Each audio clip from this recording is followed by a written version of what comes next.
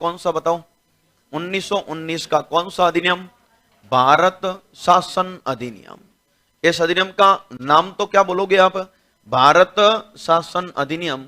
लेकिन आपको भली भांति पता होगा कि इस अधिनियम को भी हम एक सुधार के नाम से जानते हैं, और वो कहते हैं मॉन्टेग्यू चेम्सफोर्ड अधिनियम।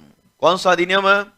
अब मॉन्टेग्यू चेम्सफोर्ड क्यों कहा जाता है? रीजन आपको पता ही है कि इस अधिनियम के समय भी मॉन्टेग्यू आपके क्या थे? भारत सचिव, और चेम्सफोर्ड भारत के क्या थे? वायसराय। दोनों ने मिलकर बनाया, इसलिए इस अधिनियम को कह दिया हमने मॉन्टेग्यू चेम्सफोर्ड। अब पहली बात तो आपसे कोई सवाल यह पूछ ले कि 1919 के अधिनियम लाने का उद्देश्य क्या था? 1919 का अधिनियम क्यों लाया गया? पहला और परम आवश्यकता तो मैं आपको बता देता हूं, 1909 के अधिनियम के माध्यम से। अभी आपने पढ़ा कि भारत में केवल किसको आरक्षण दिया? मुस्लिमों को। और भारत में कौन से निर्वाचन प्रणाली की शुरुआत हुई? सांप्रदायिक। इस निर्वाचन प्रणाली का यानी मुस्लिम आरक्षण का जबरदस्त तरीके से भारत में विरोध चल रहा था। मुस्लिम आरक्षण का जबरदस्त तरीके से भारत में क्या चल रहा था? विरोध। उस विरोध को शांत करने के लिए, और दूसरा प्रमुख कारण कि आपको पता होगा, आपने अगस्त प्रस्ताव तो पढ़ा था, लेकिन अगस्त प्रस्ताव पढ़ते समय मैंने आपको एक बताया था अगस्त घोषणा।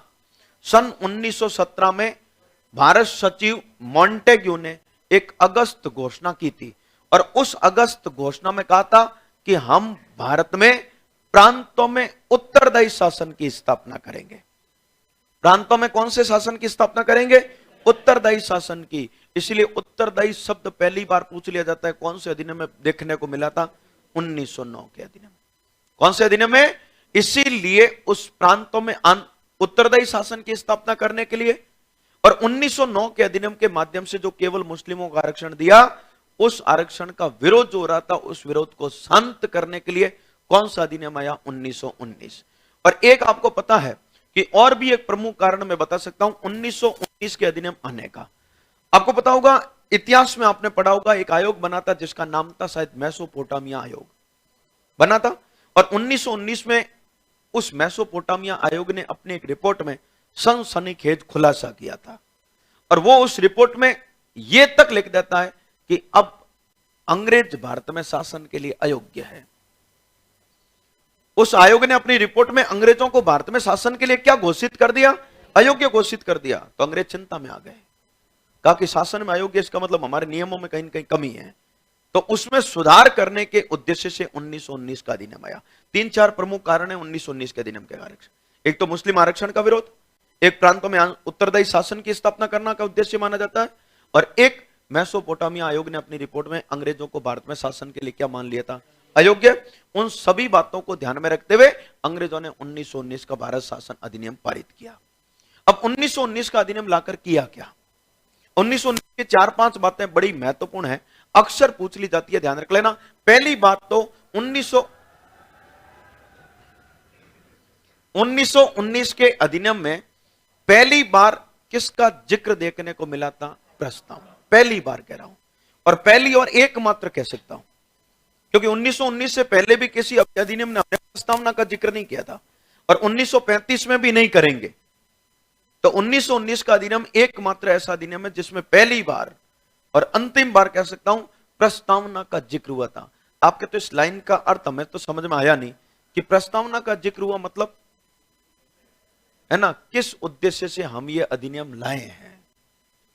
पहले किसी अधिनियम को लाने का उद्देश्य नहीं बताया भारतीयों को, लेकिन पहली बार इस अधिनियम में प्रस्तावना का जिक्र करके भारतीयों को भी इस अधिनियम में लाने का क्या बताया? उद्देश्य, कि इस अधिनियम के माध्यम से हम करना क्या चाह रहे हैं। तो पहली बार प्रस्तावना का जिक्र हुआ। दूसरी खास बात, इसी अधिनियम के माध्यम से आपको पता होगा, क्या पता होगा, जो सबसे ज्यादा सवाल आज तक का पूछा गया है वो इसी अधिनियम के माध्यम से प्रांतों में कौन से द्वैध शासन की स्थापना की थी।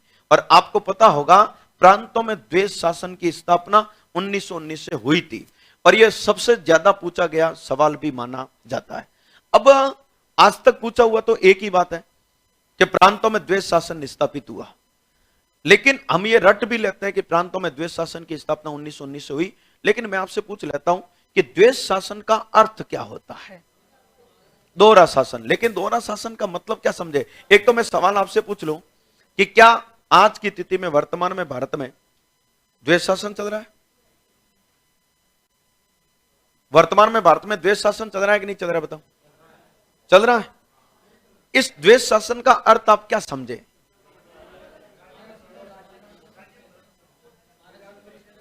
हाँ, अब यहां पर आपको पता है वर्तमान में द्वेष शासन नहीं चल रहा है, ये मत कहना। अब आप क्या कहते हो, क्योंकि आपका दिमाग द्वेष शासन में कुछ अलग काम करता थोड़ा सा।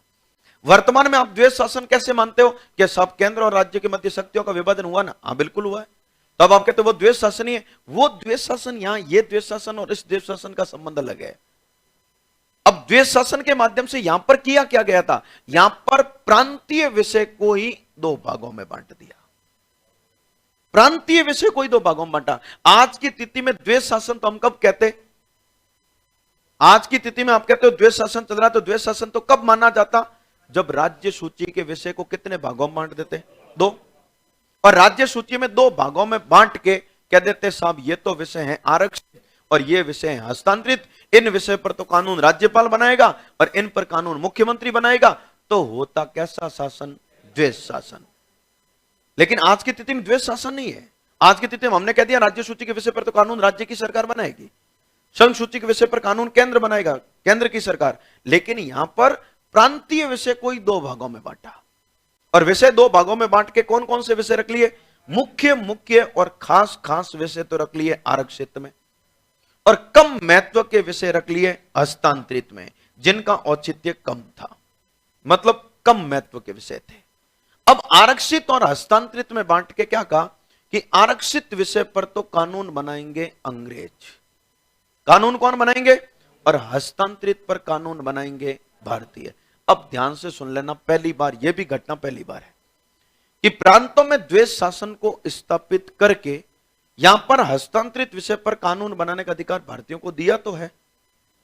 पहली बार ऐसा देखने को मिला कि भारतीयों को कानून बनाने का अधिकार दिया, भले ही कम महत्व के विषय पर मिल रहा है, लेकिन कानून निर्माण का अधिकार तो मिल रहा है। और इसीलिए यहां पर कई बार पूछ लिया जाता है कि प्रांतों में आंशिक उत्तरदायी शासन की स्थापना। ध्यान से सुनना, प्रांतों में कौन से उत्तरदायी शासन की स्थापना? आंशिक उत्तरदायी शासन की स्थापना कौन से अधिनियम से हुई थी? अब एक बात और सुनना, मैंने अभी आपके सामने बोला कि 1917 में मॉन्टेग्यू ने घोषणा करके कहा कि प्रांतों में उत्तरदायी शासन की स्थापना करेंगे। उत्तरदायी शब्द का प्रयोग पहली बार इसी अधिनियम में देखने को मिला। लेकिन मैंने कहा उत्तरदायी शासन की स्थापना तो हुई, लेकिन प्रांतों में कौन से उत्तरदायी शासन की स्थापना हुई? आंशिक। अगर आपको यही प्रश्न इस तरीके से पूछ ले कि प्रांतों में पूर्ण उत्तरदायी शासन की स्थापना तो 1935, प्रांतों में पूर्ण उत्तरदायी शासन 1935 से, आप कहते तो यहां आंशिक बोल रहे और वहां पूर्ण कैसे हुआ? अब यहां पर ध्यान रखना, प्रांतों में थोड़े कम महत्व के विषय पर कानून बनाने का अधिकार मिल रहा है, सभी विषय पर नहीं मिल रहा है। कम महत्व के विषय पर कानून निर्माण का अधिकार किसको दिया? अब 1935 से क्या होगा आपको पता है? प्रांतों में द्वेष शासन समाप्त। और 1935 से प्रांतों में द्वेष शासन को समाप्त करके सभी के सभी प्रांतीय विषय पर कानून निर्माण का अधिकार भारतीयों को मिल जाएगा। आप कहते तो सारे ही विषय पर कानून निर्माण का अधिकार दे देंगे? बिल्कुल यस। तो कौन सा उत्तरदायी शासन होगा? पूर्ण उत्तरदायी। इसीलिए आपको एक सवाल एक नाम से पूछा जाता है 1935 में, प्रांतीय स्वायत्तता की शुरुआत कौन से अधिनियम से हुई? चाहे प्रांतीय स्वायत्तता कह दूं, चाहे प्रांतों में पूर्ण उत्तरदायी कह दूं, है ना, और चाहे प्रांतों में पूर्ण स्वतंत्र कह दूं, एक ही बात है, वो 1935 हुआ था। और आंशिक उत्तरदायी शासन की स्थापना कौन से अधिनियम से हुई थी? क्लियर? नंबर अगली विशेषता क्या है? अभी मैंने आपको बताया कि 1909 के माध्यम से केवल किसको आरक्षण मिला था? मुस्लिमों को। और उस मुस्लिम आरक्षण का लगातार भारत में क्या चल रहा था? उस विरोध करने वाले लोगों को शांत करने के लिए इस अधिनियम के माध्यम से आरक्षण का दायरा बढ़ा दिया। आरक्षण का दायरा क्या कर दिया? मुस्लिमों को तो 1909 के माध्यम से था ही था, और 1919 के माध्यम से किसको? आंग्ल भारतीयों। कौन से भारतीयों? आंग्ल भारतीयों और सिखों, और किसको? ईसाइयों और यूरोपियन लोगों को क्या कर दिया? आरक्षण दे दिया। कौन से लोगों को आरक्षण दे दिया? तो मुस्लिमों को आरक्षण तो कौन से अधिनियम से मिला था? 1909। आंग्ल भारतीयों, सिखों, ईसाइयों और यूरोपियन लोगों को आरक्षण कौन से अधिनियम से दे दिया? 1919।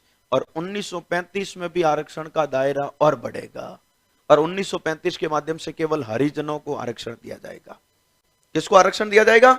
तो तीनों ही अधिनियम में आरक्षण दिया, ध्यान रखना। 1909 के माध्यम से तो आरक्षण केवल मुस्लिमों को, आंग्ल भारतीय सिखों और ईसाई और यूरोपियन लोगों को, और हरिजनों को आरक्षण 1935। और इनको भी आरक्षण देकर कहा कि हमारी नीति केवल आपको लड़ाने की नहीं है, हम आरक्षण का दायरा बढ़ा देते, और इनको भी आरक्षण 1919 के अधिनियम के माध्यम से दे दिया। फिर अगला काम 1919 के माध्यम से क्या किया? मैंने आपको शायद पिछली क्लास में बोला था कि 1919 तक केंद्र और प्रांतों की व्यवस्थापिका कितने सदनीय रही? 1919 तक। 1919 के अधिनियम के माध्यम से पहली बार कहां की व्यवस्थापिका को? केंद्र की व्यवस्थापिका को। कौन सी व्यवस्थापिका को? केंद्र की व्यवस्थापिका को कितने सदनीय बना दिया? द्विसदनीय। केंद्र की व्यवस्थापिका को द्विसदनीय बनाया, जिसमें एक सदन जिसका नाम रखा केंद्रीय विधानसभा। कौन सी सभा? केंद्रीय विधानसभा। और एक सदन जिसका नाम रखा राज्य परिषद। एक तो सदन बनाया केंद्रीय विधानसभा, एक सदन बनाया राज्य परिषद। और केंद्र की व्यवस्थापिका को कितने सदनीय बनाया? द्विसदनीय। केंद्रीय विधानसभा जिसका कार्यकाल रखा 3 वर्ष, जिसमें सदस्य संख्या 145। कार्यकाल कितना? 3 वर्ष, सदस्य संख्या। और राज्य परिषद जिसका कार्यकाल 5 वर्ष, सदस्य संख्या 60। सदस्य संख्या कितनी? और दोनों ही सदनों के अलग अलग अध्यक्ष बनाए। दोनों ही सदनों के क्या बनाए? अलग अलग अध्यक्ष बनाए। केंद्रीय विधानसभा का प्रथम अध्यक्ष तो बनाता शायद आपके सर फ्रेडरिक व्हाइट को। केंद्रीय विधानसभा का पहला अध्यक्ष बनाता कौन? Sir Frederick Whyte. और कई बार आपसे सवाल यह भी पूछ लिया जाता है कि केंद्रीय विधानसभा का प्रथम भारतीय अध्यक्ष कौन था, है ना? केंद्रीय विधानसभा का प्रथम भारतीय अध्यक्ष था सर विट्ठल भाई पटेल। केंद्रीय विधानसभा का प्रथम भारतीय अध्यक्ष कौन था? विट्ठल भाई पटेल। लेकिन केंद्रीय विधानसभा का प्रथम अध्यक्ष कौन था? Sir Frederick Whyte. ये केंद्रीय विधानसभा के अध्यक्ष अक्सर पूछ लिए जाते हैं। तो केंद्र की व्यवस्थापिका को कितने सदनीय बनाया पूछ ले तो द्विसदनीय। क्लियर? नेक्स्ट अगली विशेषता क्या है इस अधिनियम की? इस अधिनियम के माध्यम से पहली बार किसको? महिलाओं को क्या देने का? मत देने का क्या दिया? अधिकार दिया। कई बार आपसे पूछ लिया जाता है महिला मताधिकार की शुरुआत कौन से अधिनियम से हुई थी? तो 1919। अगले 1919 की खासियत क्या है कि इस अधिनियम के माध्यम से आपको पता होगा रियासतों की समस्याओं का समाधान करने के उद्देश्य से। किसकी समस्या का समाधान करने के उद्देश्य से? रियासतों की समस्या का समाधान करने के उद्देश्य से किसका गठन किया था? नरेश मंडल का गठन किया था। रियासतों की समस्याओं का समाधान करने के उद्देश्य से अंग्रेजी सरकार के द्वारा नरेश मंडल का गठन किया, और नरेश मंडल का पहला चांसलर बनाया था बीकानेर के महाराजा गंगा सिंह जी, जो नरेश मंडल के पहले चांसलर बने थे। फिर आपको पता है भारत में एक और पद की भी स्थापना की थी, और आप उस पद को तो पढ़ते ही हो, उच्चायुक्त पद की। यह भी कई बार पूछ लिया जाता है। भारत में उच्चायुक्त पद की स्थापना कौन से अधिनियम से हुई थी? तो 1919। फिर 1919 की एक विशेषता और कि इस अधिनियम के माध्यम से पहली बार, मैंने लोक सेवाओं की बहुत सारी बातें आपके सामने की कि लोक सेवा में पहली बार भाग लेने की अनुमति 1833, लोक सेवाओं का आयोजन 1853, भारतीयों के लिए पर्टिकुलर लोक सेवा 1861, आईसीएस नामक सिविल सेवा बनी थी। लेकिन इस अधिनियम में कहा कि हम भारत में लोक सेवाओं का आयोजन करवाने के लिए एक केंद्रीय लोक सेवा आयोग का गठन करेंगे। कौन से लोक सेवा आयोग का गठन करेंगे? केंद्रीय लोक सेवा आयोग का गठन करेंगे। अब केंद्रीय लोक सेवा आयोग का गठन करेंगे, यह बात तो कौन से अधिनियम से बोली? लेकिन इस केंद्रीय लोक सेवा आयोग का गठन कब हुआ?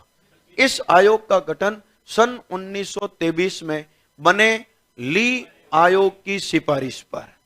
कौन से आयोग की सिफारिश पर? सन 1926 में किया गया। इस आयोग की स्थापना कब हुई थी? 1926 में। कौन से आयोग की सिफारिश पर हुई थी? ली आयोग का गठन कब हुआ था? और इस आयोग का प्रथम अध्यक्ष बनाया गया सर रोज मार्कर, जो आपके केंद्रीय लोक सेवा आयोग के पहले अध्यक्ष बने थे। और इसी केंद्रीय लोक सेवा आयोग का नाम 1935 के अधिनियम से कर देंगे संघ लोक सेवा आयोग।